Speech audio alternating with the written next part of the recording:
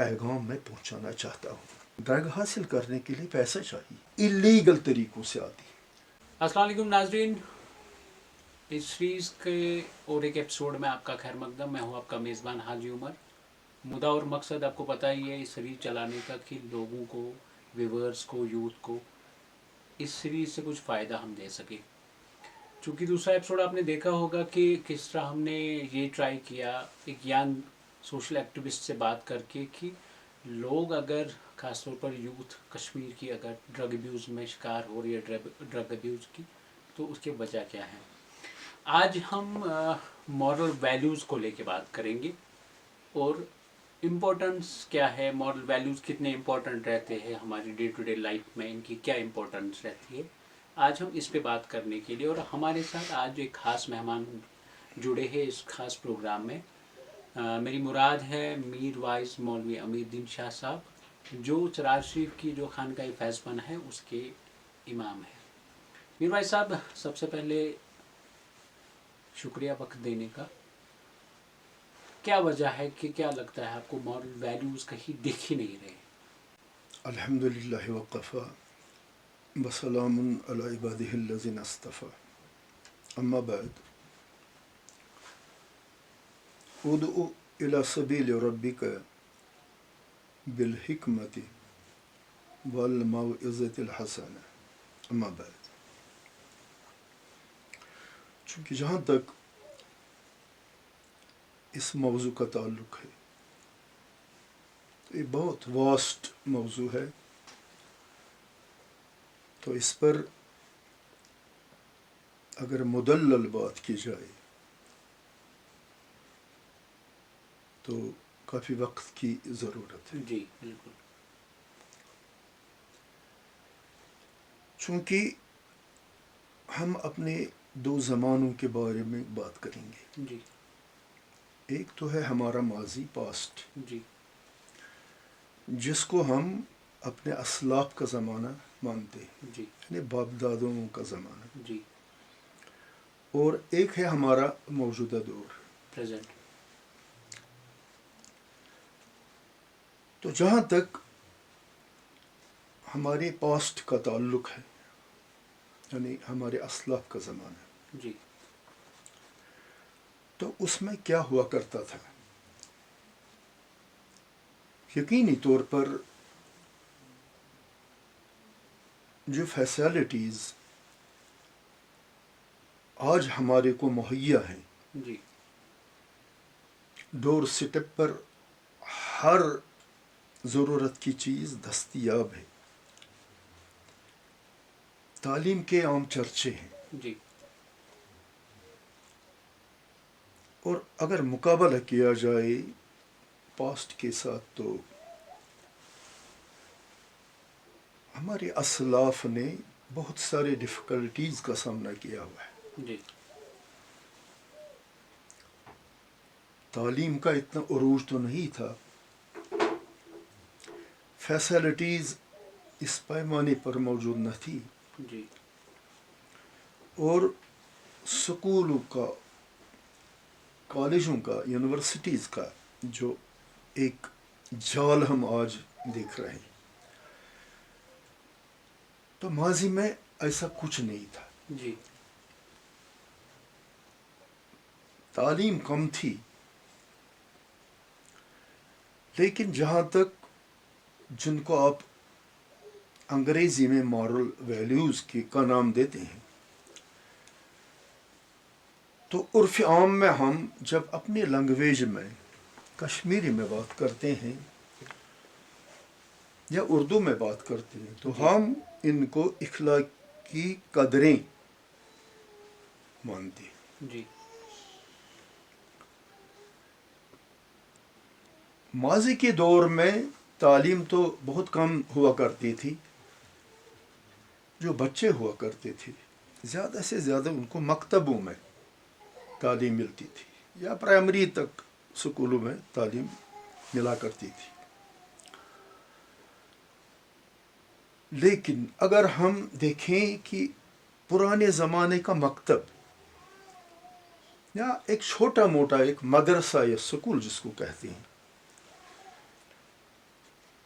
تو میں اگر اپنے زمانے کی بات کروں جی تو تعلیم حاصل کرنے کے ساتھ ساتھ جو معلم ہوا کرتے تھے، جو ٹیچرس ہوا کرتے تھے. آج تو ہم ٹیچر کہتے ہیں، اس زمانے میں ان کو مکتب کے وہ پڑھانے والے ان کو مانا جاتا تھا. جی تو تعلیم دینے کے ساتھ ساتھ ایک خاصا وقت وہ اخلاقیات کی تعلیم، جس کو ہم مارل ویلیوز جن کو ہم کہتے ہیں، ان کو امپارٹ کرنے میں وہ بالکل اپنی توجہ مرکوز کیا کرتے تھے. جی کیونکہ ہماری جو ماضی کا جو ہمارا دور ہے، اس میں پیرنٹس کا، اساتذہ کا اور سماج میں جن لوگوں کی حیثیت ہوا کرتی تھی، جی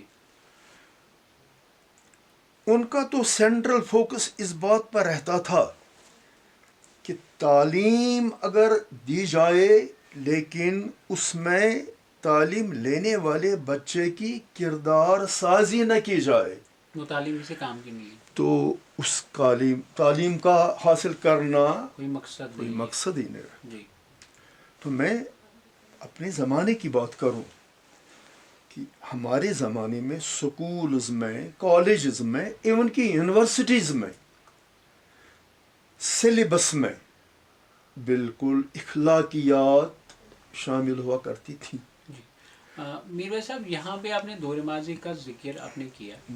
اگر ہم آج پریزنٹ سچویشن دیکھیں، ہر طرح کی فیسلٹی، خاص طور پر یوتھ کی اگر ہم بات میں کریں، تو وہی فیسلٹیز ہے، ایجوکیشنل انسٹیٹیوشنز ہے، کوالٹی ایجوکیشن ہے، ہر ایک چیز ہے، تو مورل ویلیوز کہیں دور دور نظر کیوں نہیں آ رہے؟ وہی کہتا ہوں، یقینی طور پر ایجوکیشنل بوسٹ کا زمانہ ہے آج، لیکن آپ دیکھیے کہ ہمارے اسکولوں میں، کالجوں میں، یونیورسٹیز میں آج کل اخلاقی تعلیم کا بالکل کوئی اتا پتہ نہیں ہے،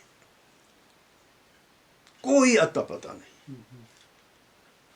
ہمارے جو اگر آج کے پرائمری کے بچے کو آپ لے لیجیے، سیکس ایجوکیشن کے بارے میں وہ سب کچھ جانتا ہے.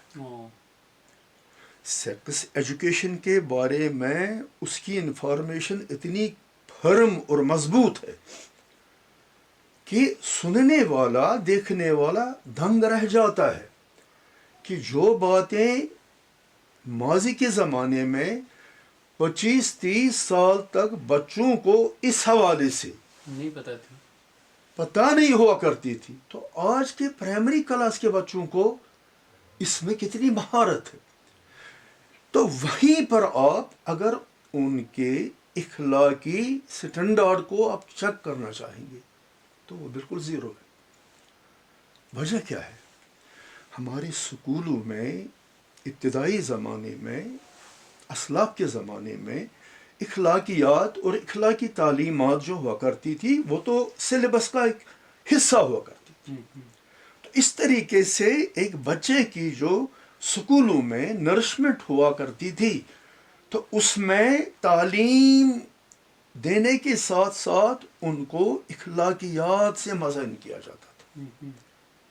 کہ میں ایک حدیث سے میں آپ کو سمجھانے کی کوشش کرتا ہوں جی کہ رسول رحمت صلی اللہ تعالیٰ علیہ وسلم نے فرمایا کہ بہترین انسان وہ ہے جس میں ایمان ہو. جی اور اس سے بھی بہت اچھا انداز دیکھیے، ہمارے نبی کا صلی اللہ علیہ وسلم فرمایا کہ بہترین ایمان وہ ہے جس میں اچھے اخلاق، یعنی اچھا انسان وہ ہے جس میں ایمان ہو. اور اچھے ایمان کی صورت یہ ہے کہ انسان میں اگر اچھے اخلاق ہو. جی اور دوسری حدیث سنیے کہ رسول اللہ صلی اللہ علیہ وسلم نے فرمایا من لم یرحم صغیرنا ولم یعقر کبیرنا فلیس منا. جی جو بڑے چھوٹوں کے ساتھ شفقت اور محبت سے پیش نہ آئے، اور جو چھوٹے بزرگوں اور بڑوں کے ساتھ عزت کے ساتھ پیش نہ آئے. جی وہ چھوٹا مجھ سے نہیں ہے, وہ بڑا مجھ سے نہیں ہے. میرا صاحب یہاں پہ آپ نے ذکر کی کہ ڈفرینٹ ایج گروپس اگر ماضی میں اگر ہم ایج گروپس کی سینئر سٹیزن کی ایک اپنی پلیس ہوا کرتی تھی, ینگ یوتھ کی اپنی پلیس ہوا کرتی تھی, جو مڈل ایج گروپ تھا ان کی اپنی پلیس ہوا کرتی تھی. آج سارا میس اپ ہوا ہے, گیپ ہوا کرتا تھا. آج وہ گیپ نظر کیوں نہیں آ رہی ہے؟ میں نے تو بات کی سکولوں کالجوں کی. اگر ہم اپنے گھروں کی بات کریں, جی گھروں کی بات کریں, فیملیز کی بات کریں, جی تو ہمارے گھروں میں بھی اخلاقیات کا ایک خاصا اہتمام ہوا کرتا تھا. جی ہیڈ آف دا فیملی جو ہوتا تھا گھر میں, تمام دیگر افراد خانہ پر ان کا, بزرگوں کا, بڑوں کا, ہیڈ آف دا فیملیز کا ایک دبدبہ ہوا کرتا تھا. جی یعنی اس کے حکم کو حرف آخر کے طور پر لیا جاتا تھا کہ حکم ہوا ہے, اس کو کرنا ہی کرنا ہے. جی تو ہمارے گھروں کی حالت دیکھیے کیا ہوا کرتی تھی کہ کوئی عورت, بہن ہو, ماں ہو, بیوی ہو, بیٹی ہو, تو بڑوں کی اجازت کے بغیر ان کے پیر ان کے مکانوں کے دہلیزوں سے باہر نہیں جایا کرتے تھے. آج آپ دیکھیے کہ خلط ملط کا زمانہ ہے. جی جو یہ خلط ملط ہوا اور بے پردگی جو آج کل ہو رہی ہے, یہ بھی ایک سبب ہے. آنکھیں ترسا کرتی تھی, مردوں کی, جوانوں کی آنکھیں ترسا کرتی تھی کہ میرے محلے میں میری نیکسٹ ڈور نیبر کی جو بیٹی ہے وہ اسے دکھا نہیں کرتی تھی, دکھا نہیں کرتی تھی.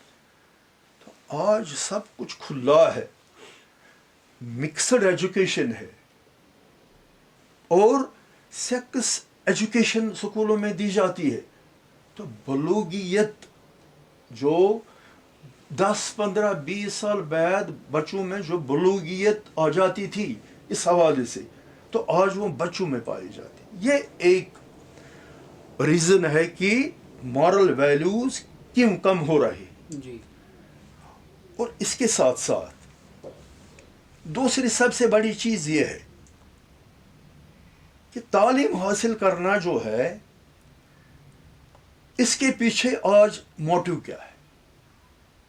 ہم تو اپنے بچوں کو اس صرف ایک مقصد سے تعلیم دیتے ہیں کہ تعلیم حاصل کرے گا, چاہے لڑکا ہو لڑکی ہو, تو پھر اس کو امپلائمنٹ مل جائے گی, اس کا فیوچر ٹھیک ہو جائے گا. جی لیکن آپ مجھے یہ بتائیے کہ وہ تعلیم جو لچکدار نہ ہو, وہ تعلیم جو کردار سازی میں اپنا رول نہ نبھائے, تو اس تعلیم کا مقصد ہی کیا ہے.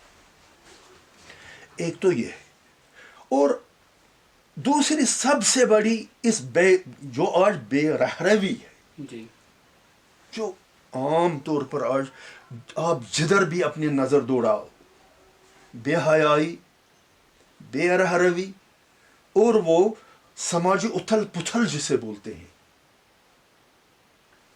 اس کا ایک اور بھی کارن ہے کہ آپ دیکھیے کہ آج تو ایزی ویز سے گھروں میں پیسہ آتا ہے. باپ کی جو کمائی ہے وہ الیگل طریقوں سے آتی ہے. لیگل ویز میں کمائی کرنا, ہم کہتے ہیں نا ایزی کم ایزی کو, تو حرام کی جو دولت لوگوں کو مل رہی ہے اور ایزیلی مل رہی ہے, تو وہ دولت گھر کے جوان بچوں کو بالکل بلا کسی رکاوٹ کے وہ دولت بچوں کو بالکل حاضر ہے. تو نتیجہ یہ نکلتا ہے کہ بچے کو آج چرس پینے کے لیے بھی پیسہ ہے, شراب کے لیے بھی پیسہ ہے, بدکاری کرنے کے لیے بھی پیسہ ہے, اور مستی کرنے کے لیے بھی پیسہ ہے.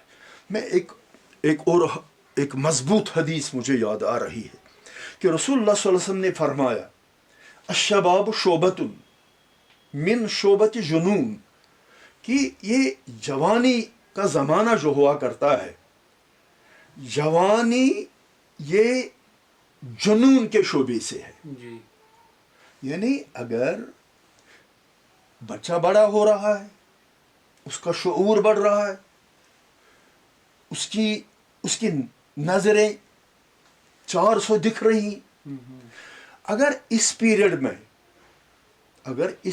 میں ایڈولسنس ایج جس کو بولتے ہیں، اگر اس دور میں، اس پیریڈ میں بچے پر نگہداشت نہ رکھی جائے، نظر گزر نہ رکھی جائے، تو جس طرح وہ ایک وحشی جانور جو ہوتا ہے نا، جب وہ جوانی میں آتا ہے تو وہ تمام تر حدود کو.